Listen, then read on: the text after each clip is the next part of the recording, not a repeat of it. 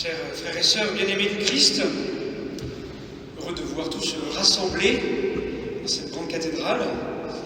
Permettez-moi en premier lieu de donner une fine pointe de l'Évangile et puis d'ouvrir ensuite mon homélie sur des réalités plus larges qui vont marquer notre première année de vie commune de notre nouvelle paroisse, Notre-Dame de Luçon, en prenant notamment appui sur le témoignage de vie de prêtre du Père Auguste, et en vous parlant de l'Eucharistie, du service et des plus petits.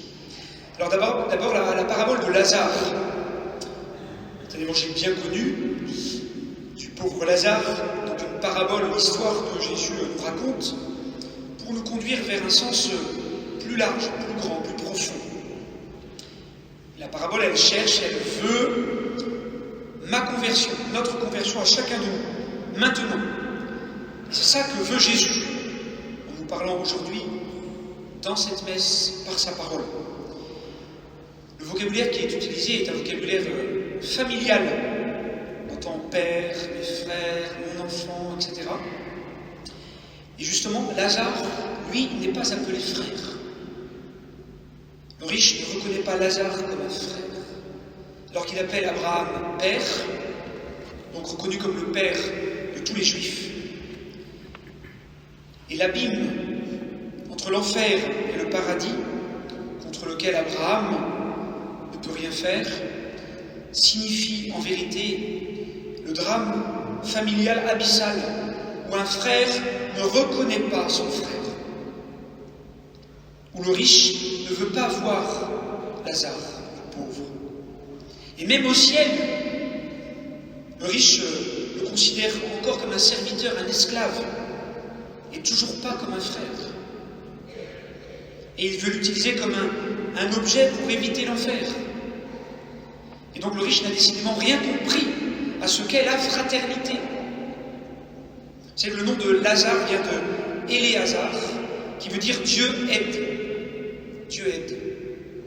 Pour montrer l'affection de Dieu pour lui le pauvre, l'exclu, le paria. Et au final, que veut nous dire Jésus? Et bien que Dieu s'occupe de la vie éternelle, à nous de nous occuper de la vie fraternelle. Si nous sommes le peuple de Dieu, si nous disons et prions ensemble le Notre Père, c'est pour que nous soyons vraiment frères et sœurs. Dieu demande de vivre en frère à l'exemple de Jésus, lui le frère universel véritable, le frère de tous, qui par amour a donné sa vie, est mort et ressuscité, et nous donne son corps pour nous unir à lui, en lui, nous tous. En fait, vous savez, les Écritures veulent nous apprendre que mon frère est vraiment mon frère. Et que tout ce que nous avons, notamment notre richesse, nos biens, etc., doivent être au service de la fraternité. C'est la clé la plus profonde de toute la Bible, c'est la question familiale, au sens large. Toute la Bible est une question de fraternité blessée et retrouvée. Caïn et Abel, Isaac et Ismaël, Jacob et Ésaü, Joseph et ses 11 frères, etc., etc. Aimer Dieu et aimer son prochain comme soi-même, frères et sœurs. Et l'Eucharistie nous aide à cela, surtout aujourd'hui en nous rassemblant. Et donc c'est une invitation à vivre cette fraternité pour chacun de nous, dès maintenant. C'est à cela que Jésus nous appelle. Alors justement, ce qui est important pour nous, chers frères et sœurs, c'est cette centralité de l'Eucharistie. Car c'est tout l'enjeu de notre nouvelle communauté paroissiale qui commence. Vivre une vraie et profonde fraternité chrétienne et évangélique pour rayonner en Église de la joie d'être aimé, pardonné et sauvé par Dieu. Alors certes, le territoire s'élargit, nous sommes moins nombreux, les habitudes changent, etc., etc. La liste des complaintes et des peurs pourrait être bien longue. Chers amis, il faut apprendre à voir ce qui est possible et devant, et non pas ce qui n'est plus et derrière. C'est un combat, le combat de la foi, à laquelle nous invite saint Paul dans la lettre à Timothée. Un combat que d'espérer, que de se bouger pour que, par le don de nous-mêmes, eh bien, le Seigneur puisse faire des merveilles, des miracles, des petits miracles cachés dans nos vies, et au cœur de notre communauté. Et la clé pour cela, c'est vraiment la foi eucharistique. La foi dans la présence réelle de Jésus au milieu de nous. C'est malheureusement, comme de tout temps, c'est pas nouveau, certains prêtres et fidèles ne l'ont pas ou ne l'ont plus, cette foi eucharistique, vitale et fondamentale. Eh bien, on peut dire que lui, le Père Auguste, il l'avait, qui célébrait chaque jour la messe, même dans sa salle à manger, avec 2 ou 3 fidèles, même pendant le confinement, toujours fidèle à l'Eucharistie. Parce que c'était sa boussole.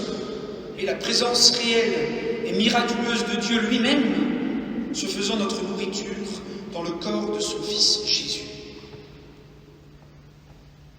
Vous savez, chers amis, si on garde au cœur la foi eucharistique, avec ce que demande l'Église, eh bien tout tiendra bon, tout renaîtra, tout refleurira. Et comme le dit le Concile Vatican II, l'Eucharistie est la source et le sommet de la vie chrétienne.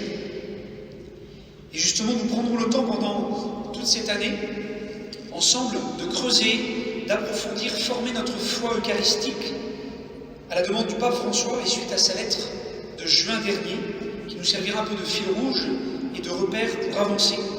C'est pourquoi nous devons soigner nos messes, nos liturgies et consolider notre foi eucharistique dans la présence réelle de Jésus, parce que c'est par là que le Seigneur construit son Église, qu'il construit la communion véritable, la vraie fraternité, et qu'il nous donne la vie, sa vie, en abondance. Donc tout doit être relatif à l'Eucharistie, car c'est le sacrement de l'unité et le lien de la charité. Comme le disait saint Augustin, c'est le cœur de tout. L'Eucharistie, le service. Justement, tout l'enjeu est de recevoir Jésus pour en rayonner, pour le donner, le partager, notamment par le service. Vous savez, en Inde, j'étais en Inde quand j'ai appris le décès du Père Auguste. Alors d'abord, j'étais bien triste d'apprendre cette nouvelle et puis d'être si loin, de ne pas être à ses côtés. En fait, je vais vous dire, je n'ai pas été très surpris, même si c'était subi.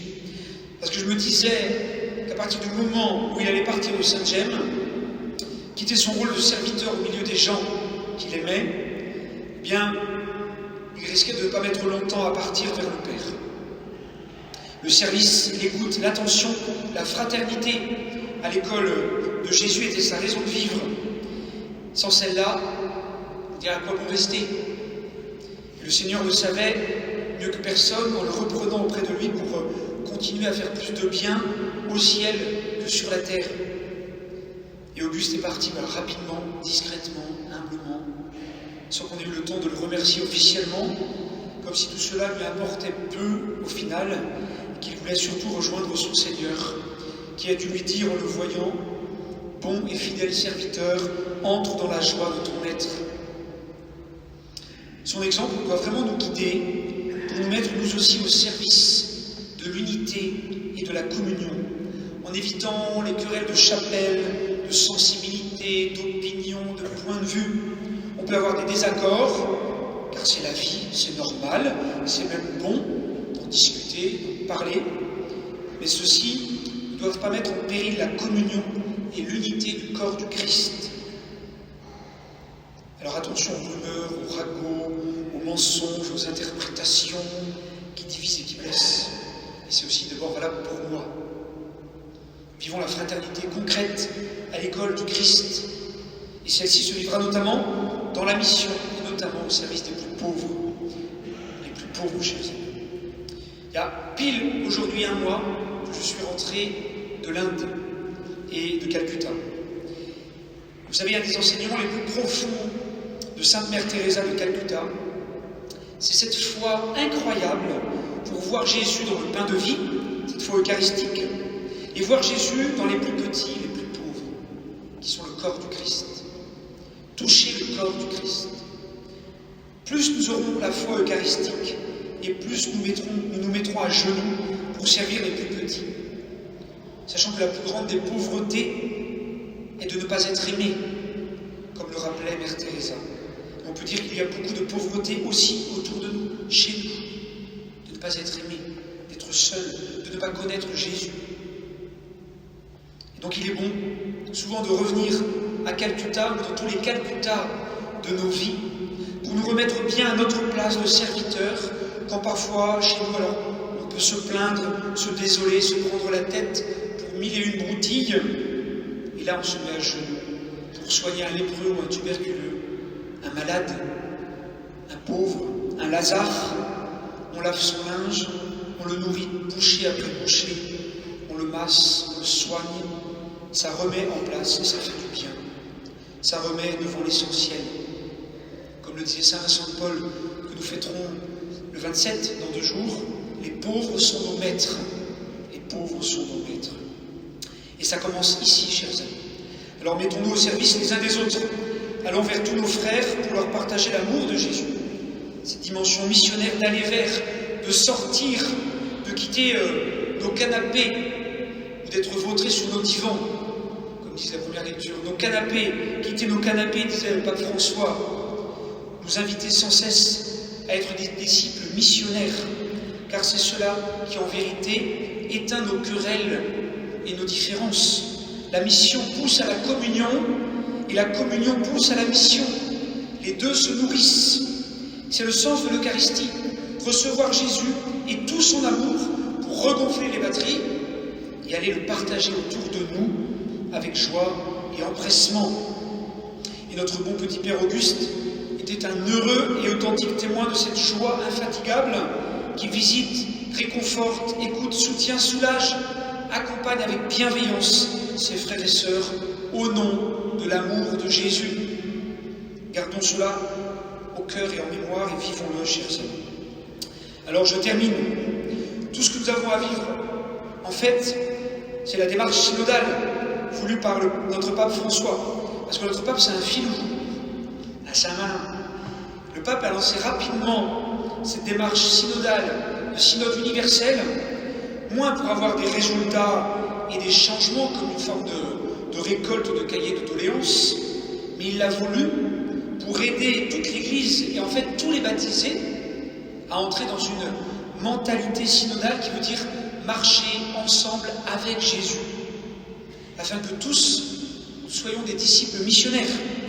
Et comme curé, pasteur, je rêve vraiment d'une paroisse encore plus missionnaire, allant vers tous avec joie, rayonnant de la foi du Christ venu sauver et aimer tous les hommes. Et c'est l'affaire de tous, et pas seulement du curé, c'est l'affaire de tous. Alors comme je l'ai dit il y a 3 ans, à mon arrivée ici, il s'agit, comme pour les œufs au bacon, de prendre exemple sur le cochon.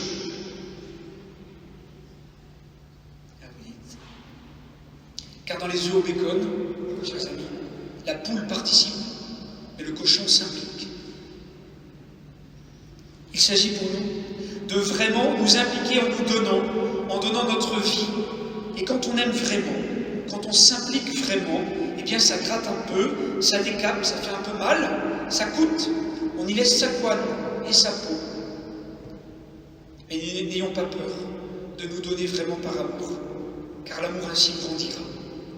Et justement pour cela, demandons à la Vierge Marie, Notre-Dame de l'Assomption, Notre-Dame de Luçon, notre patronne de notre paroisse, en lui consacrant tout à l'heure notre communauté paroissiale, demandons à Marie de nous aider à nous donner, à aimer, à croire, à espérer, en vivant ce combat, ce choix, en vivant comme d'authentiques frères et sœurs de Jésus, remplis et rayonnants de la joie de l'Évangile.